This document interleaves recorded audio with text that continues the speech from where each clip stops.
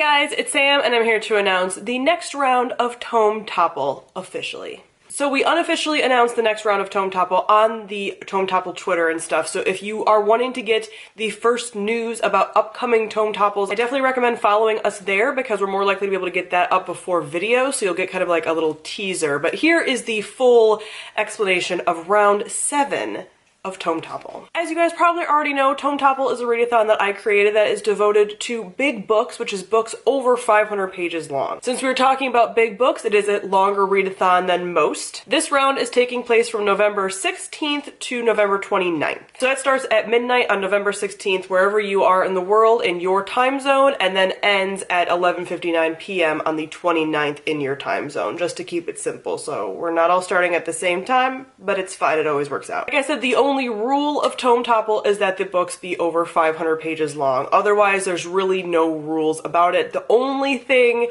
that we are a little bit stickier on is short story collections. So short story collections don't count because each work within that collection is very small and it's fairly easy to read and get through short stories. The whole point of Tome Topple is you're tackling those big books that are super intimidating, and short story collections don't tend to be intimidating even if they're longer because you can work through them in those short chunks. So for that, there is kind of a stipulation that the works within a bind-up have to be over 500 pages each. But for graphic novels and stuff and omnibuses, those still count just because those are still pretty intimidating. It's my readathon and I make the rules. Big omnibuses, graphic novel works count, but short story collections, if the individual works as short stories are going to be under 500 pages, those don't count. Graphic novel omnibuses do because we have a graphic novel category. Let's get to the challenges and stuff. But again, this is all just supposed to be fun. The challenges aren't important. It's like whose line is it anyway? The points don't matter. I just want you to read books that are over 500 pages.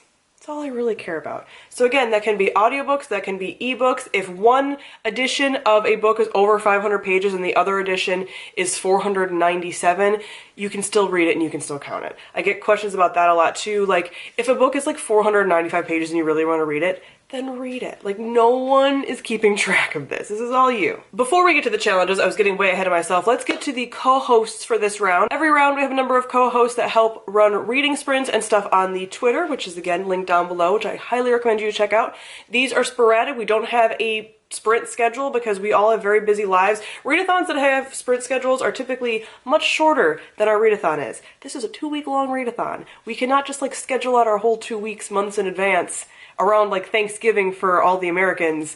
It's just not going to happen. But we do announce when things are going to happen, and like we let you know when there's going to be sprints. There's at least one sprint a day with our schedule, so that's why there's so many co-hosts. This round we have a number of returning co-hosts. We have Adriana from Perpetual Pages, Sarah Jane from The Book Life, Sean from Reader's Rambles, Katrina from Little Book Owl, and another Sam who is a blogger from Will Read for Booze. I will link all their platforms down below for you to check them out. We also have a Goodreads group, which I will link down below. The Goodreads group is not heavily moderated by any means, but it's a good way for you to find people to buddy read with or to talk about bigger books, or even there's a list of book suggestions that are over 500 pages if you're having trouble. We encourage you to use both the Twitter and the hashtag on Twitter, Tome Topple, hashtag Tome Topple, to talk about the readathon, talk with other people that are doing the readathon, all of that fun stuff. So again, unofficial challenges to help you pick your TBR. These are the same every round because again, it's not about doing something like reading outside, like, no, it's just, here's an easier way to pick your TBR if you're having trouble, but you don't have to do any of these challenges. Again, there's no points, there's no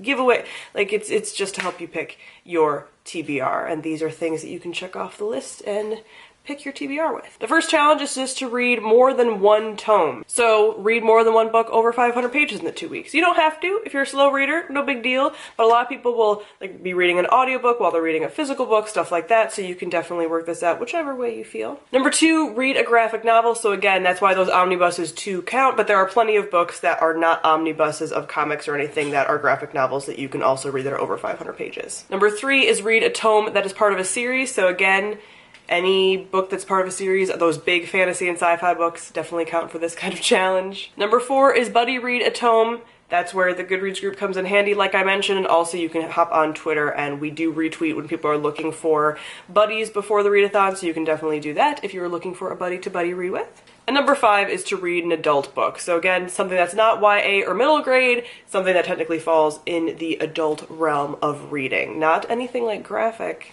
just like not YA or middle grade. We also will be having Instagram challenges, which we started a couple rounds ago, but I'll be posting those on my Instagram closer to the readathon. So keep your eyes peeled there a couple days before, sometimes, usually, hopefully, depending on my work schedule. It's been a little crazy around here with the move and new job and everything, but I will be getting those up, and then you can do the Instagram challenges every day. Now let's get to my TBR for this round. I usually try to read 2 books, and that's what I'm sticking to. Anything more than that is just icing on the cake, but with the holiday and everything, I don't know how that's going to go. So these are 2 that I'm hoping to get to. And these are also 2 that are on my yearly TBR, so I do have a yearly TBR goal that I'm looking at and wondering if I'm actually going to get it done, but these are 2 books that are on that as well. So I'm kind of marking off multiple birds and multiple stones and all of those metaphors. The first one on my Tome Topple TBR is Abaddon's Gate by James S.A. Corey. This is the second book in the Expanse series, which is a science fiction series. I loved the first book when I read it, Leviathan Wakes, and I read it I think like over a year ago now, and I've wanted to continue with the series. I just really haven't had time. This was also featured I think in the last round of Tome Topple TBR, and I just didn't get to it. I don't even know if I read one book for the last Tome Topple.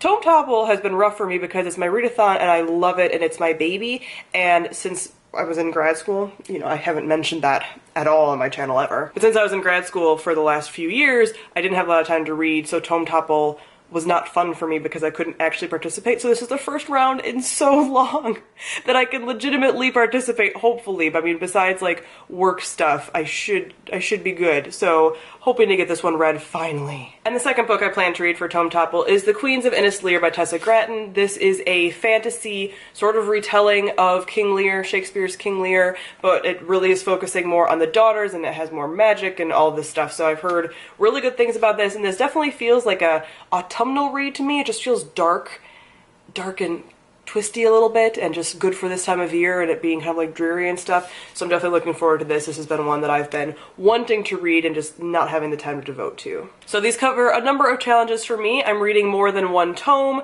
I'm reading a book that's part of a series with the Expanse series, and I think the Innis Lear books, that's going to be part of a series as well. I just haven't really been following up on that and knowing what's coming out next. And they're both adult books, so I'm checking off multiple things there. So I hope you guys will join us this round for Tome Topple. We always tend to have Tome Topple around this time of year, around the Thanksgiving holiday here in the United States, so it's just helpful to always kind of know that there will always be a Tome Topple in November. But all the information will be linked down below for you to check out, the other hosts, the Twitter, all that stuff. So comment them below, let me know if you're participating in this round and what you plan on reading. So thank you all for watching, and I'll see all of you guys soon. Bye!